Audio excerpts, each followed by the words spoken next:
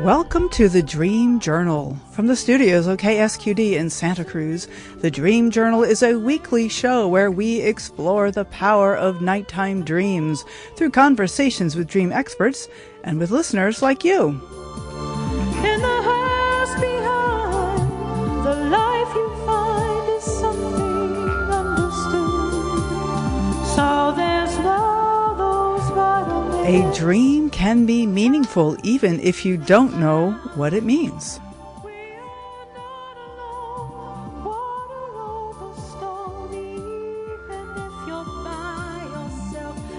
And today's music, created fresh this morning, is called Ministerial. Thank you, Rick.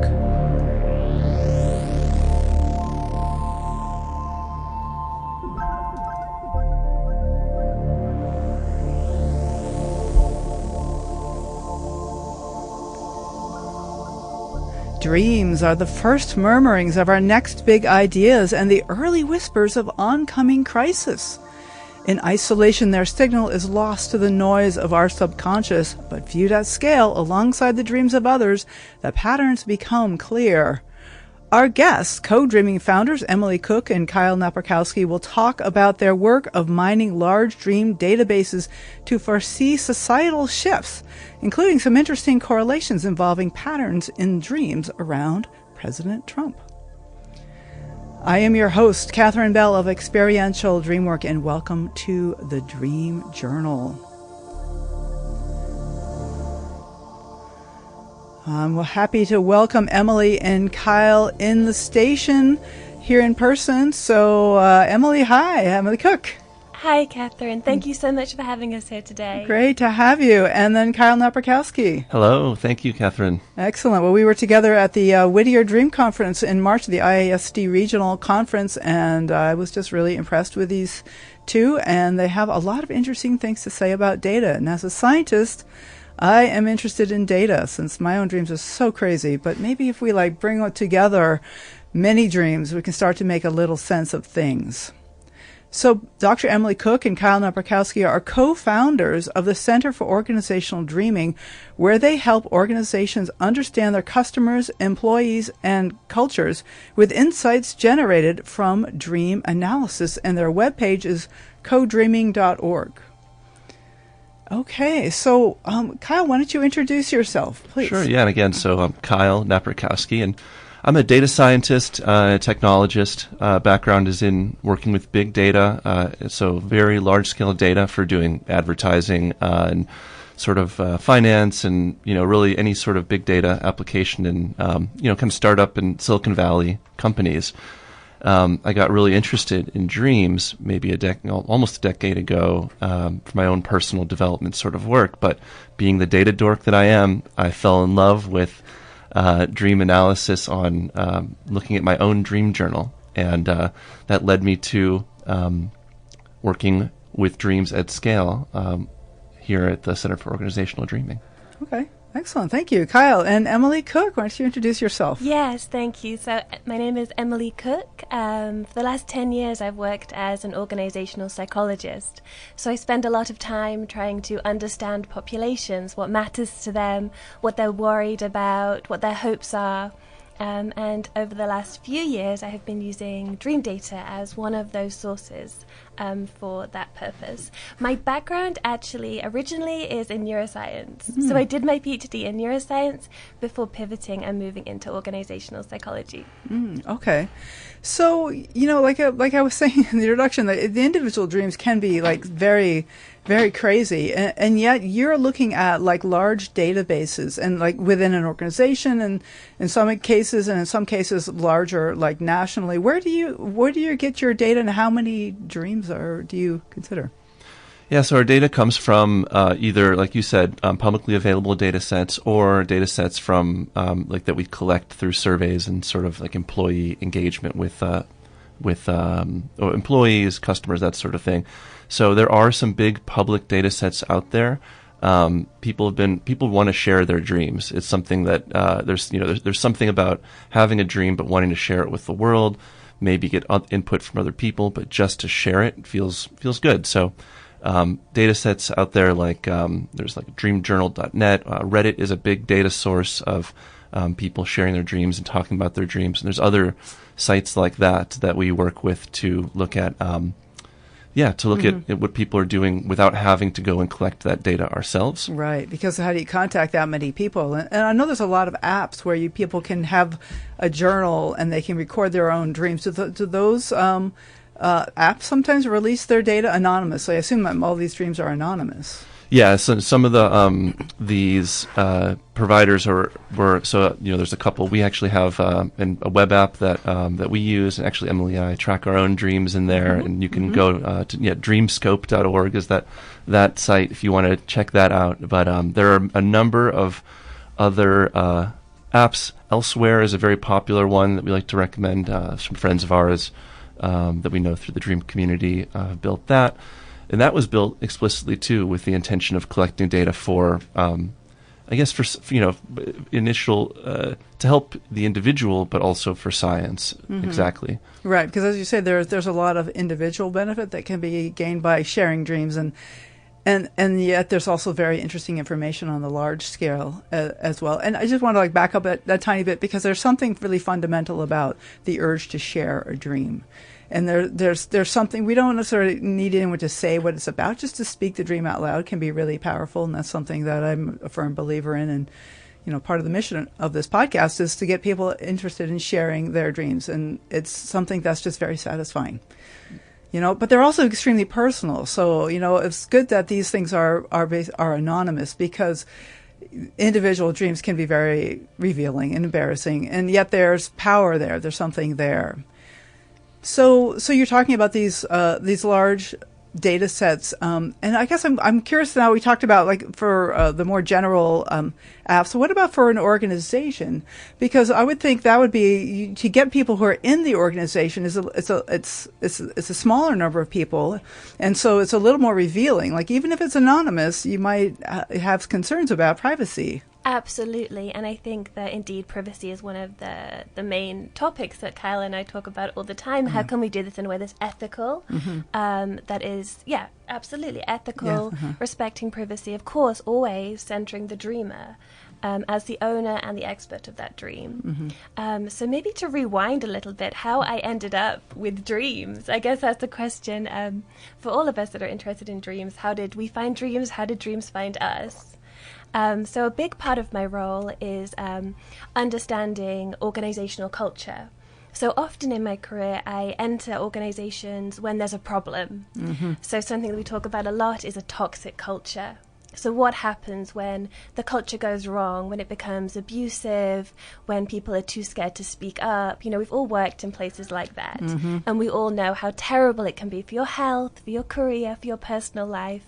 It's really a disaster.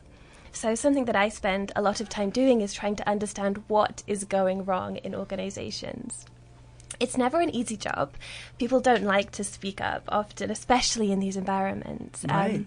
But about 3 years ago, I was facing a particularly difficult team. They would not speak. And what was most concerning was when we gave them surveys, how satisfied are you in your job? How much do you like your manager? They scored amazing, above benchmarks, fantastic, the happiest team we've ever seen. But in reality, they were burning out. They were hospitalized. They were not performing. There was a problem that they wouldn't speak about. So I ran my normal interviews, standard questions, trying to get somebody to say something. Right. Nothing. Fantastic. We're fine. Leave us alone. Everything is fine. Wow. But actually, I started to ask them about their dreams. And it opens another door. I think people have the opportunity to speak in a way that they wouldn't normally be able to speak. Like you said, everybody wants to share their dreams. And more than that, I think people often want to convey very strong emotions that they don't feel able to through non-dream language. So indeed, this is what opened the door for me, that these employees were able to talk about the same kinds of themes. They spoke a lot about claustrophobia, about feeling oppressed. The same themes came through in every conversation. And from that, we didn't have to publish those dreams or even mention those dreams in a final report, but it did give us an opportunity to start having a very practical conversation about the real experience that people were having in this environment, and how we could take steps, of course, to improve that environment. Okay, and so you just took the tact of asking people during an interview specifically what their dreams were, and probably some people were not willing to talk about them, but some were, and that kind of highlighted in metaphor, which is why one thing metaphor is so helpful. Because it doesn't say this particular person in this particular situation, but just the feeling can be incredibly powerful. Absolutely. Yeah. I think it just gives another kind of language that we don't usually get to use. And that point about metaphor, I think, is really a key point when we're talking about analytics of dream at scale. So for an individual dream, for doing dream work, there's a lot that we can do with this dream the elements of the dream to expand on them and to work with them and transform them. But when you're looking at many, many, many dreams, you need to find a way to turn all of this content, all these words, into some sort of cohesive story about the group. And so I think metaphor is kind of one of those avenues. Dream science actually, if you actually go and look at academic research, there's a lot of, conflict about metaphor. Like it's not really proven, quote unquote, air quotes, proven the same way that maybe, the sort of the continuity hypothesis, for example, would be, which is that, you're worried about your job, and so you're going to dream about work and your job. So the continuity is like the dreams relate to waking life, basically. Yes, yeah. But the metaphor idea, I had not realized it was controversial. That's interesting, or at least not definitive. Yes, maybe not controversial, but maybe there remains some work to be done to really to prove to science what we already kind of see is true. Because when we do analytics in these dream data sets, we see that there are, playful metaphor and sort of words or themes that show up that when you say, let's look at this person and how they appear in people's dreams, for example, what are the things that are associated with that person? And it's like, these insights about that. Maybe we'll get into some examples later in the show. Let's get into some examples. I mean, do you have anything else you want to say preparatory? But I'm ready to look at some examples. No, I think let's jump in. Yeah. Stories tell the tale. So, yeah. So, I mean, the most fascinating thing that I've seen on your, I'm very curious about the whole organizational thing, but I'm also very curious about politics. And you talked about there's something on your webpage, it's codreaming.org, that shows some studies that you did based on the favorability of President Trump and dreams around President Trump, and how, I guess just to spill the punchline, is that dreams preceded shifts in favorability. So let me throw it out there and let you guys tell a little bit more of that story. So how did you get that information, and who wants to go first? Absolutely. Maybe I can give you a bit of an overview, and then Kyle can explain the data, because Kyle, as you said, is really the data expert here. So one of the fantastic things about working with dreams at scale is that you can start to run these more complex analyses. So I think that we all are aware, especially in the US, we have some stories or some reports, some anecdotes that around election times our dreams tend to spike in different ways, with certain characters showing up more often at certain times of the election cycles. But the question Kyle and I had was, okay, is this significant? Is this just anecdotes, or is there something to this? And if so, in what order does it change in the waking world, and then our dreams reflect it, or are our dreams preempting what's going to happen in the waking world? So indeed, we pulled a lot of data looking at the occurrence of certain politicians, and then of course we can collect publicly available data on things like polling, things like voting. This kind of data is available online. But I will hand over to Kyle, who'll tell us more about the data itself. Right. Yeah. So, we had I want to say it was over 1,000, in the 1,000 sort of range of dreams about specifically Donald Trump, and comparing this to our sort of full data set of, over like 250,000 or so dreams. So we could look at, what is it that overall and then over time, what makes these Donald Trump dreams distinct, and try to extract some sort of signal from this sort of noise of, all these dreams are different. There's different things happening.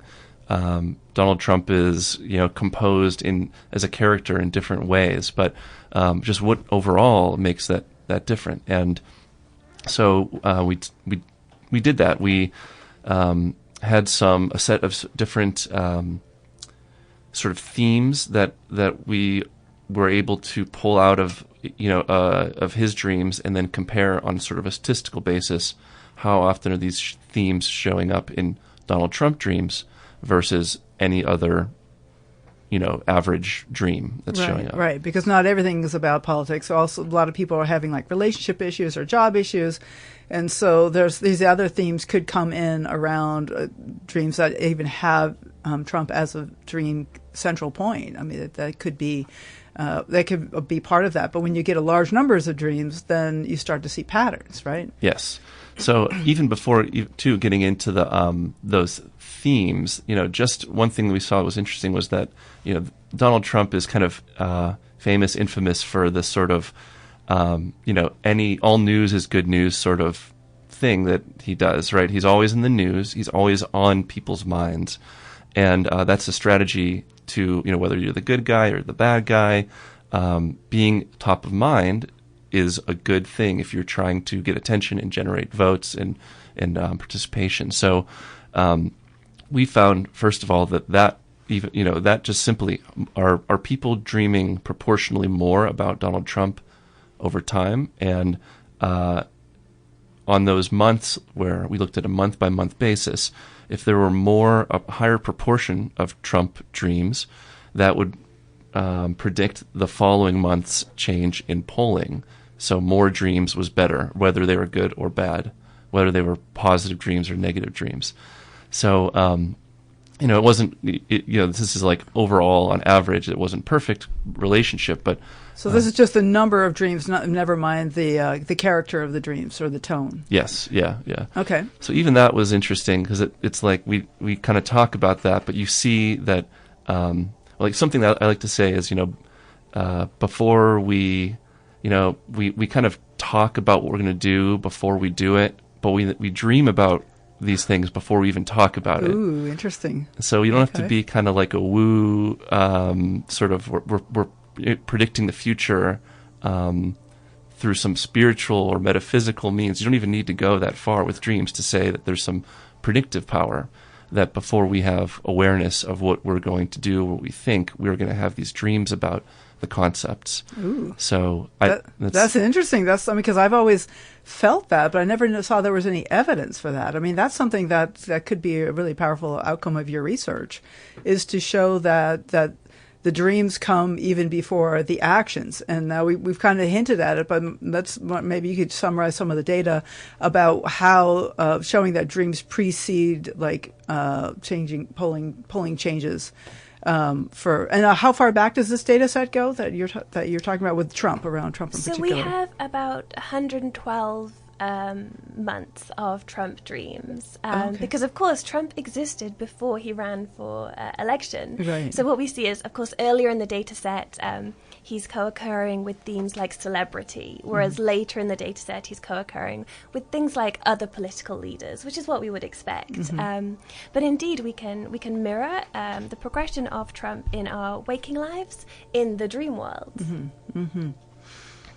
And so yeah, the 2015, there's definitely this sort of trickle that starts ramping up in 2015 in our data set, and then from that point on, once Trump was a real contender for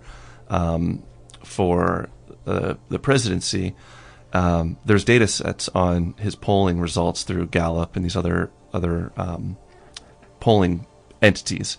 So what we did is we have that monthly sort of polling results. We have the monthly Trump dreams, and we can compare, what is the predictive power of the current month's Trump proportion as predicting the next month's favorability change. So in addition to that, we did find some interesting kind of themes that were negatively, despite that, it wasn't all good. It wasn't like everything was good. So we did see that, common themes for Trump were like apocalyptic themes. Surprise, surprise, right? It's a lot. People are really worried about this change, whatever this change may mean to them. So this themes of apocalypse or the world ending, that was statistically significant for Trump dreams, but over time, the amount of those actually predicted were a negative factor. So when people were more worried, yes, dreaming about Trump is good, but when people were more dreaming about these big apocalypse dreams of Trump, that was negative. Okay, in terms of his favorability, is that what you're saying? Exactly. Yeah. Okay. Exactly. Okay. And so these kind of themes would then precede the polling shifts? Yes. Yeah. Okay. And it's a little bit. There's less data. The nice thing about the count of Trump dreams is that you're using every dream. You have more data, and the more data you have, the more statistical significance you have. So this was a bit noisier, but it was predictive. And similar with immigration, the more people were dreaming about Trump dreams associated with some sort of immigration topic, that was also a negative favorability predictor. Okay, interesting. So, I mean, this is like very, very interesting about this.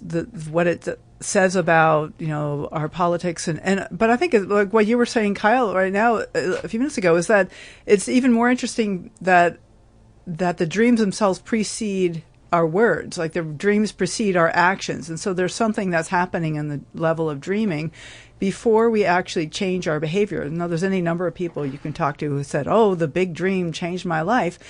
And yet, they're nudging us along every day in very small increments. And there's something, but does that mean, well, I could see that some people might like saying, then, well, I don't trust my dreams because they're influencing me. And my conscious mind doesn't think that until, the dreams are like making me think something.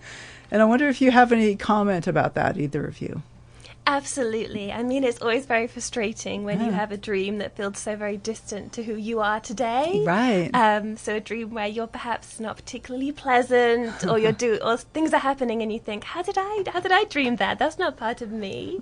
But something that I really love about thinking about dreams at scale is thinking, okay, that might not reflect something about me, Emily Cook, but perhaps it reflects something about the society that I live in, and perhaps this is just the culture that I'm in. And I prefer that because it partly takes the blame away from me. Well, yeah. But also, I think some of these very challenging conversations, dreams about politics, for example, can be very challenging in the environment that we're living in at the moment, is a way to make me feel more connected in a culture where occasionally with these very political conversations can feel very disconnecting and very isolating. Okay. Yeah, I guess the one thing too, I would add on from these the Trump dreams. I know, I guess we're still probably a little early before callers, but I wanted to put out another little set of info here for maybe like setting up a little game for if we have any callers that call in. We pulled some data on Elon Musk dreams, and so just looking at maybe I think 200 dreams of Elon that people had, and I actually had my own dreams about him, which prompted me to do this. We just wanted to look at, again, like what words or themes are over or underrepresented for dreams that people have about Elon Musk. And so I've got a handful of the most overrepresented words and the most underrepresented words here, and I will. I'm just going to share them, and maybe our callers can take a guess at which three are the ones that are associated with Elon, and three that are not, that are again, opposites, that are not associated with Elon dreams. Okay. So those words are Mars, feel, life, futuristic, maze, and body.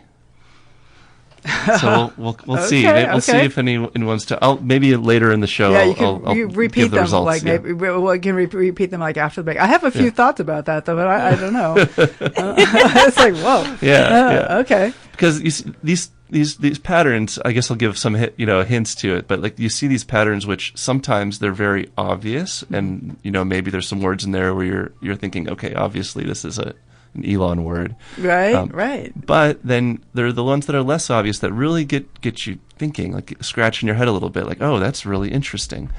And this is going back to the metaphor point, and what I think dreams and dream analysis can do for maybe us as individuals. When we're looking at what's happening in society, and from like a Jungian or archetypal or some sort of psychological lens, there are these figures out there that we're projecting onto, right? And they might mean something for us, for our development, or what we might be missing in ourselves, or have to look at in ourselves. Shadow parts, perhaps. Exactly. Yeah.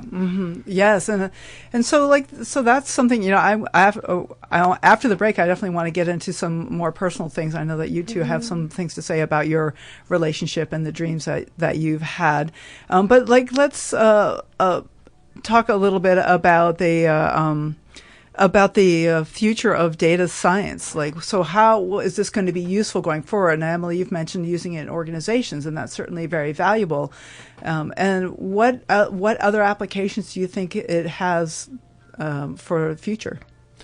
Yeah, so like AI, obviously is the big topic right now, but analytics and at scale for consumer analytics and analytics on large groups of people is not new. So my background is in the advertising space originally, and there are all sorts of people doing all kinds of, like we talked about politics. So politics, what is resonant with voters right now? What are people thinking is important? Same with consumer insights. So, we did maybe Emily can talk about the case study that we did on consumer work. It will in a second get to that, but consumer insights, employee insights, political insights, these things, dreams get at a deeper layer of like what is really important to people, right, and offer some clues that they might not be able to share with us from either conscious thinking or just in general might not want to share from surveys. Right. Well, we talked about specific dreams with specific people in them, but all the dreams might refer to the overall mood of people, of a country or a nation or a subset of that, and so that the changes in theme and feeling tone of dreams over time could say something about the morale, basically, of a certain population. Absolutely. Which could be very important. So Emily, what was Absolutely. So I think it's always, as you mentioned, we have these overall changes in the population, but also we are interested in subpopulations. So if we take a smaller group, so for example, a group that I'm very interested in at the moment is Gen Z. So this is the population who are currently between the ages of around 13 and 28. So what we would consider students, young people. This is a population that's very interesting to me. Of course, it's in my work in organizational psychology. This is the young talent, the people coming into the workplace. But for brands, this is a very important consumer demographic. They're buying a lot of things, they're setting trends. They're a very important group of people. So in my non-dream life, I spend a lot of time interviewing them, surveying them, to find out what matters to them. What kind of future do they want for themselves? Because fundamentally, that's the future we're all going to get, because they are building our future. Yes. So I run a lot of surveys. And of course, dream data is a fantastic way to tap into this population. So if we take the dreams of, I think we took around 5,000 dreams from Gen Z, and compare them to the same number, a control group of millennials and Gen X. That's the older end of the population. What are the big differences? And for me, something amazing that showed up that actually didn't show up in any of my other research methodologies was that Gen Z have anxieties that are very practical. Their dream worries are about losing their jobs, about their boyfriends dumping them, about not being able to buy the clothes that they want to buy, about losing a pet, these everyday anxieties. Whereas with the older population, we saw dream anxieties about ghosts, about aliens, about apocalypse, these big questions, these big surreal nightmares. And for me, that was shocking that the Gen Z's worldview was much more practical, much more hands-on, absolutely not what we would expect from a younger age group. So I think that this has many applications, really understanding what matters to this demographic and how they are different from older generations. Right. And of course, my question comes is how much of that is because of their different people or because they're different ages? Like, are those Gen Z people, when they get older, are they going to start worrying about aliens and apocalypses? Absolutely. Yeah. So again, this is a something fantastic about working with a large data set, in that we can look at how that generation's dreams have evolved over the last 5, 6, 7 years. Right. And indeed, if that was the hypothesis, we would expect them, as they age through that generation, to become more similar to millennials and Gen X. But that is not what we found. Really? Interesting. Okay, so there is a significant difference even of the different generations at different age, at the same age. Okay. It is interesting because we're getting to the point where we've got like almost 15, 20 years almost of this data going back on these public websites. You know, the internet, since, people started posting dreams on the internet, in the 2000 sort of era around then. And so there's not as many as there are now, but it does go back, 20 plus years. Okay. Oh, very interesting. Okay. Well, thank you. So I'm talking to Kyle Napierkowski and Emily Cook of the Codreaming Foundation at codreaming.org. And we're going to take a short break, but we're going to be back and talk a lot more about some more personal things. So we are broadcast live from the KSQD studios in Santa Cruz and co-broadcast live in San Jose by KCXU. We will be right back.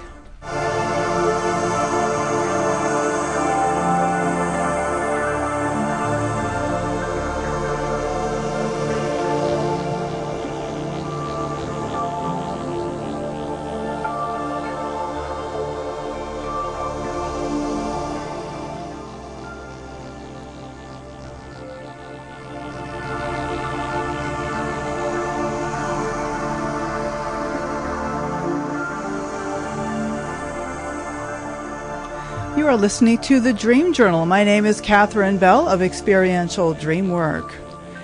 And I would like to welcome our far-flung listeners. We have people from all over the world who are interested in their dreams. If you want to help nudge the algorithm to spread the interest in dreaming, please follow The Dream Journal on your favorite podcast app.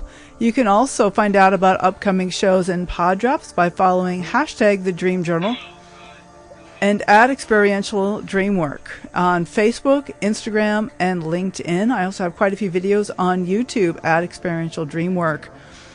And please leave a rating or review if you would like to help support the show. But most importantly, tell your friends.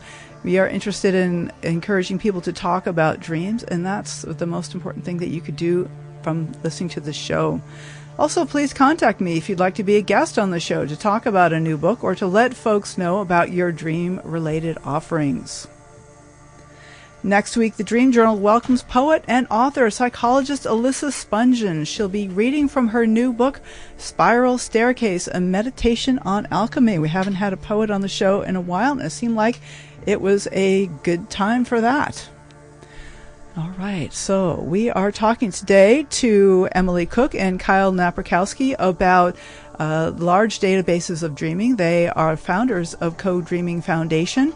You can look at their work at codreaming.org. And we have a caller, Lee. Please say hello. Hello, this is Lee. Lee, thanks for calling. Where are you calling from? I'm calling from New York City. Great. And Kyle knows me. We're friends. Okay. Hey, Lee. And Emily, it's good to meet you over the phone. Hi, Lee. You too. And as you know, Kyle, I'm a fan of the work you're doing and very interested in it. And I was checking out, I've not only listened to the last hour, but I've checked out your website.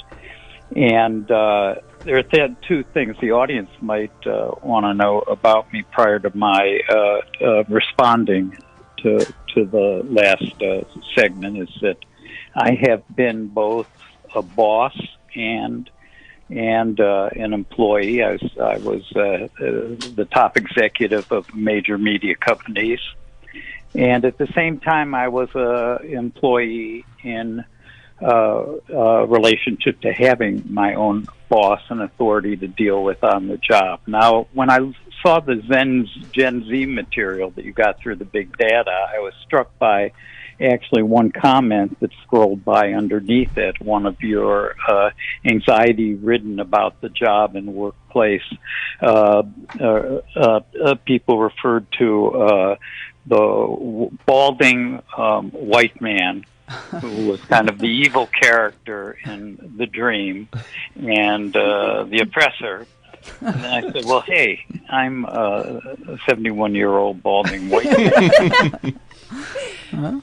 And yet the anxieties that Gen Z person was having, and I have 3 kids who are in Gen Z, the anxieties that person, so many of that generation were happening, were what I see in my dreams all the time in relationship to me at age 71. You know, as Kyle knows, I've been writing down my dreams for 50 years. I've written down and inputted many into elsewhere. 1,900 dreams just in the last 4 years. Wow. And so at 71, dozens and dozens of dreams are about the workplace for me. And they would probably be very, very close to the dreams that the Gen Z person is having.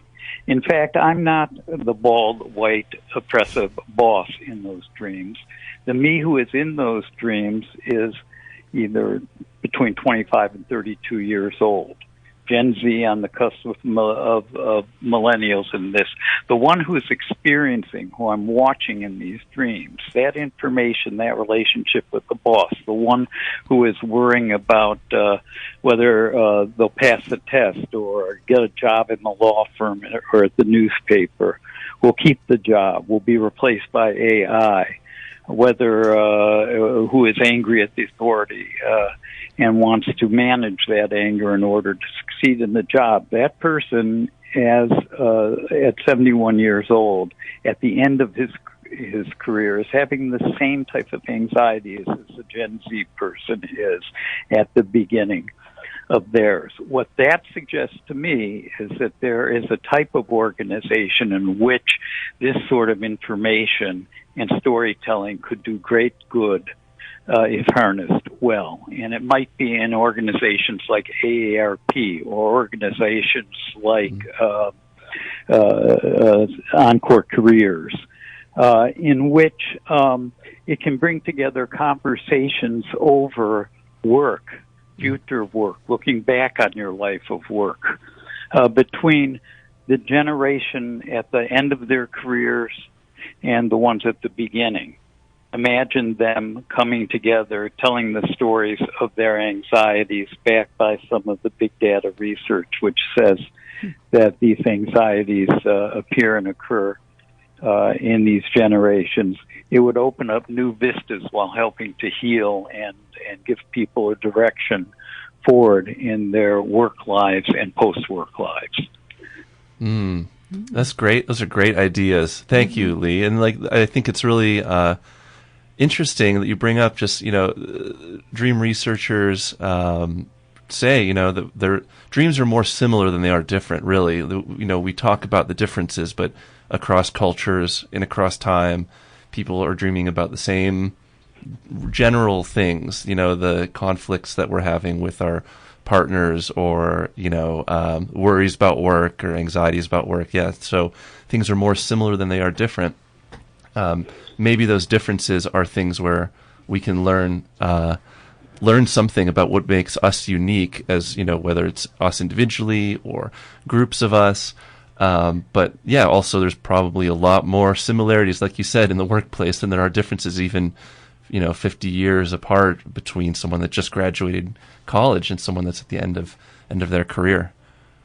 Well, I can also tell you that when you're a 25-year-old looking at your future, you don't realize that at age 70, you'll look back at age 25, and if you've written your dreams down, the dreams I had at age 25 were very similar to the ones I'm having now in relationship to work authority and future aspirations.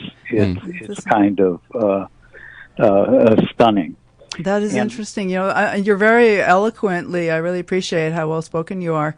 But there's something about that. Like Emily was saying, that there may be certain patterns that stay with us for our whole lives, and that may be changing over time. That even though we have a lot in common across the generations, that there is an evolution. And I can think of this Jeremy Taylor. He used to say that dreams are the workshop of evolution. And so, right. Is there some way that we are moving forward? We have a lot in common, and yet there is evolution, and I think I'm glad for it. Mm-hmm. I'm saying that you've like set the stage, and as someone who's obviously very conscious of their impact on other people, that you are kind of a role model, I would say, for us. Yes, and I think we can, harness AI and also big data towards creating an environment where we will be able to evolve a little. One thing that I do want to respond to in terms of your Trump discussion is it raised for me the issue that a lot of, and this also relates to Gen Z, the shift in Gen Z that we've seen towards Trump and his favoritism ratings, is really a gender. There has to be a digging into the gender difference here. And because clearly it takes, for you to share your dreams in the first place, it takes a sort of openness and ability to do that, an introspection that may not be the same in this point of history, and the young men who are flocking to Trump, and those who might find in some of his immigration policies demeaning and not reflective of their values. For some of the young men, seem to increase in their favorability towards Trump when he is the tough guy. When he's being the strong man. I mean, this is borne out in a number of studies and research and reporting. So I wonder, how do you gather dreams and dream material from young men who may not be that open to being introspective, may not be interested in it? Oh, may not even be recording their dreams. That's interesting. An interesting question. Absolutely. This is something that Kyle and I talk about a lot, in that the people who probably most need to talk about and share their dreams are probably the ones who are not currently doing it. Right. So a big part of the work Kyle and I are interested in is really accessing, I don't want to call them the non-dreamers because everybody dreams, but how do we bring everybody on board? How do we bring dreams as a data source into the mainstream? And what our hope is by demonstrating that dreams link to real-world metrics like unemployment, like voting, that we will be able to engage with this untapped population of dreamers.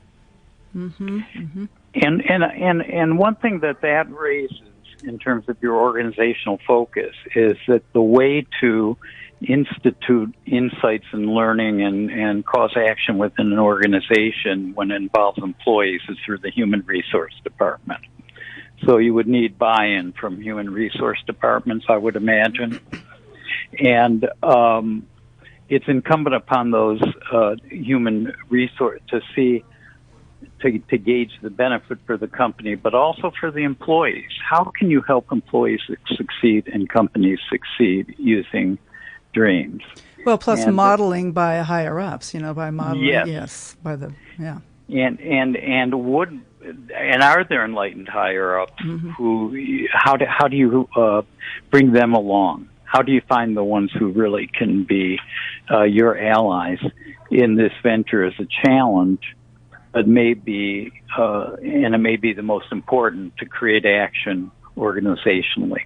That's just a thought, having been in that position of, being one of those higher ups. Yeah, no, that's a very important, because when you talk about bias, I mean, we really haven't talked much about demographics, and yet this is, large databases of dreams are usually like, oh, men dream more about this and women dream more about that, or different age groups and things, but which is so, but that data is all in there. And it's not only can be revealed there, but the biases of who reports dreams is part of the thing that you guys would be struggling with, because you want to, and as you said, Emily, include everybody, even the people who don't typically report their dreams. So how to make a culture of where dream sharing is a good thing, it's natural. And right. Lee, thank you. There's a lot of really interesting ideas, a lot of interesting conversations. I just have one little thing though. Would you happen to have a recent dream that you'd like to share with us? Not just to kind of put it out there, or something that's, relevant to what we're talking about. Is it okay to talk about a specific dream, or Sure. Lee, Lee, do you want to guess the words, the Elon words? Yes, let's do the words. You know what I was surprised to not hear his words were, like when I have Musk-related dreams lately, they have to do often with space and competition. Mm-hmm. And he and Trump figured into a dream I recently had where I was David and they were the Goliath. Mm-hmm. Oh, yeah. Okay. So there was a specific, and I dream about all the presidents. Trump I dream about many, many times, and I've dreamt of all the recent presidents, many of whom I've interviewed and done projects with. And also President Abraham Lincoln, his ghost has been in my dreams. If you're involved in that, but in my dreams, and what I wonder if you find in people is I have a personal relationship within the dream to the presidents. Like my dreams have a pattern of I'm in a certain relationship with Trump. I'm a right-hand guy, or he's asking me to write his speeches, or I'm giving him advice from the back of a limousine. So I wonder if it's not just an associate, if people in their dreams actually have if they show up, Trump and Musk as characters in relationship to their dream persona. So space competition. Mars is very interesting. Mars is good. So let's have Kyle reintroduce the topic, because everyone may have heard the introduction to the topic. Right. So the idea is I'm going to give you just read out 6 words. 3 of them are positively associated with Elon dreams, and 3 of them are negatively. So meaning that they're more likely to appear in Elon dreams versus less likely to appear. Absolutely. Okay. And then the other 3 are the opposites, where they're much less likely than you'd expect to appear in Elon dreams. Yeah. Okay. So the 6, and I've mixed them up. So so 6 words are Mars, feel, life, futuristic, maze, and body. That's so interesting. So what jumps out at you, Lee? Which ones do you think? Well, the ones that I think I would think that would be Mars and futuristic. It's hard for me to associate feel. Right. And I had the same thought. And body. Yeah, body. Forget those are the sort of obvious, ones, but maybe you're going to surprise me. So of those 4 words that how are we doing on those? So you absolutely nailed it with those. So and so people are dreaming about Elon going to Mars and futuristic. Yes, the futuristic things that are going on, and you're absolutely right. Feel was one of the negative, the not associated, and same with. I think you said body. Yeah, and same with body. And what were the other 2 words? Life and maze. Oh, that's trickier. I wanted to give you some tricky ones. Too. What do you think, Lee? I would think. I mean, maze is just something that occurs to me that would come up because I feel like I'm in a maze That's that for I sure. can get out of because of what's going on. That these very powerful people have stuck us all in a maze. And that we can't get out of, and that there's it's interesting but troubling. Okay. And in terms of the other one was life. Life. Yeah. Wow. I mean, for me, I don't think it's kind of, anti-life at this moment in time. But also the extending of life through science to some people. Musk is going to give our planet more life by exporting us all, into space before he and others destroy. Right. I really don't know what. So what did it say, Kyle? And you got it. You got it, Lee. That was great. So the three that were the positive ones were Mars, futuristic, and maze, and then the ones that were underrepresented were feel, life, and body. Wow. Okay. Those are the way that you interpreted it too. I mean, that's kind of the way. Beautiful. When you read these terms and you're like, oh, there tells a story there. And to me, what's interesting is, maybe, like going back to the shadow figure thing, maybe for society, if you're really into Elon Musk, like maybe you've got these futuristic big dreams and you're creating things and you're traveling, exploring space, but the medicine might be, what are you feeling? And what are you feeling in your body? What does your body feel like? And are you paying attention to what's important in life, right? Yes. Lee, I'm going to have to let you go. This is great. Well, thank you. Thank you so much for calling. And thank you for the show. All right, thanks. Bye now. Thanks, Lee. So this is fascinating. This is a very interesting way to look at databases, and I so appreciate the humanism that you guys bring to it and how deeply you think about everything here. So this is Emily Cook and Kyle Napierkowski. The webpage is codreaming.org. And do you have anything else any final things you want to share with our listeners? Anything that you're looking forward to doing in the future? Or? Well, let's see. So we've got if you are a member of ISD and you are or a reader of their Dreamtime magazine, we'll have Emily has a little article coming out next month. Maybe the Elon Musk is a good pivot. We've spoken very much about futuristic right, and thinking. unfortunately we only have a few minutes left. We're not going to get to your personal relationship, which I was so hoping to talk about. But indeed, in the article, there is a little bit more feeling and a little bit less thinking. Okay.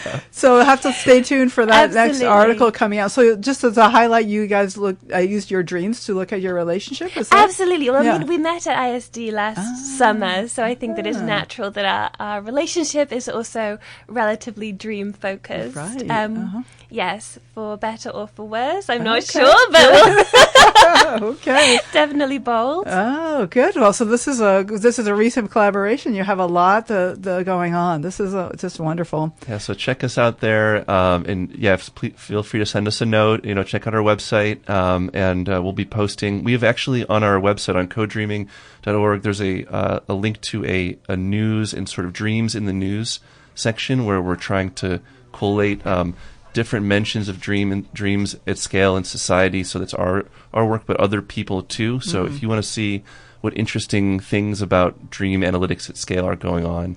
Oh, absolutely. And if any callers themselves are working with dreams at scale to understand culture or particularly to understand the commercial applications of that, we would really love to hear from you. Right. Yes. All really right. Always excited to collaborate. That's fabulous. Let's bring the data sets together, the mega data sets. That's right. That's right. Okay, Kyle and Emily, thank you so much. This has been fabulous.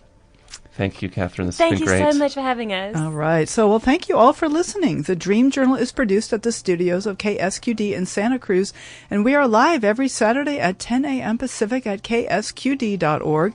The podcast is released on the Monday after the show. It spreads interest in dreaming when you subscribe, rate, and review.